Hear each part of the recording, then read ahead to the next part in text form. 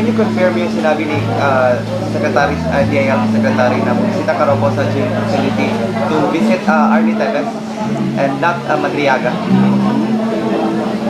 Bahala sila kung anong gusto nilang sabihin. Basta ako, ang sinabi ko, hindi ko kilala si Ramil Madriaga. Ang sinasabi ko, wala akong i-confirm at i-deny.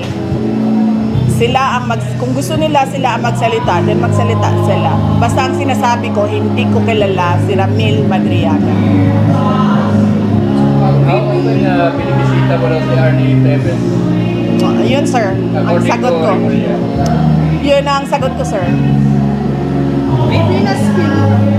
Sila na lang ang magsalita kung gusto nila magsalita. May mga picture kayo, baby. Kumakalat. O tayo din, may picture din tayo. May picture ako sa at least siguro 1 milyong Filipino.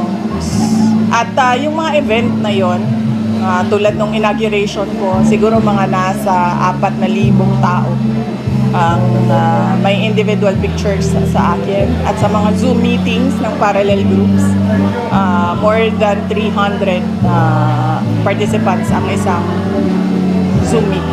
So, propaganda lang ito, baby, sa'yo, against sa'yo. Nag-release na naman kami ng statements eh. Kung lahat akusasyon lang, walang ebidensya, ibig sabihin, paninira lang yan.